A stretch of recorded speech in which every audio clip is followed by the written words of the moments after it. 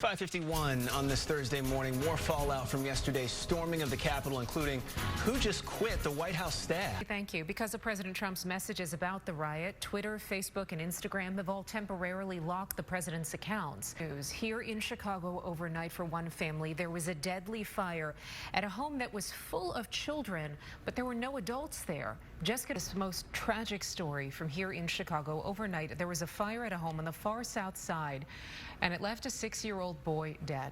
Jessica D'Onofrio is live at Roseland Community Hospital with what we know. Thank you, Jessica. Chicago police rescued a man and a fellow officer at the Humboldt Park Lagoon. Yeah, police told us that a man was kneeling in the middle of the frozen lagoon Tuesday.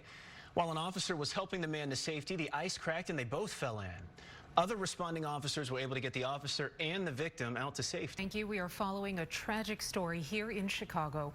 A 6-year-old boy was killed in a fire overnight. Jessica D'Onofrio is live at... Turning now to sports, the Bulls' 2-game winning streak is over. Just banned the president from posting indefinitely. More on that in a moment. The FBI says they are now looking for help to identify the people in that violent riot yesterday. An unprecedented move this morning. Facebook and Instagram have indefinitely blocked President Trump's accounts, reacting to the removal of Father Michael Pfleger pending the outcome of a sexual abuse investigation.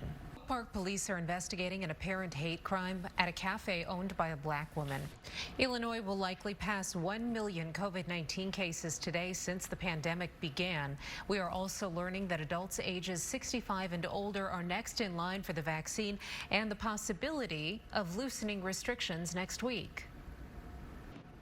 January 15th is next Friday. The earliest regions can begin to lift some of those Tier 3 mitigations.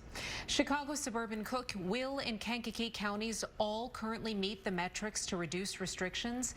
The other regions are not meeting the hospital metrics. Now, this data could change in the coming days. We are less than a week away from the ABC7 Great Chicago Blood Drive. It happens Wednesday, January the 13th, and we have expanded to 5 locations to accommodate social distance. After an average regular season, the Bears now find themselves in the playoffs, hoping to pull off an upset. Welcome back, everyone. An order for food ended with a dog napping. Police in Warren, Michigan say this DoorDash driver was dropping off food when she then scooped up 8-week-old Bella and drove away with you, Tracy. We are getting our first look at some redesigned classrooms as some of Chicago Public Schools' youngest students head back to class on Monday. CPS says millions have been spent to make sure that kids and teachers will be safe in school during the pandemic. Sarah Schulte has more.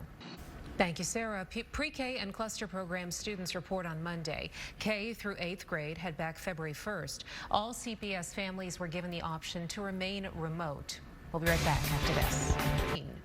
A special town hall this afternoon hosted by our Jose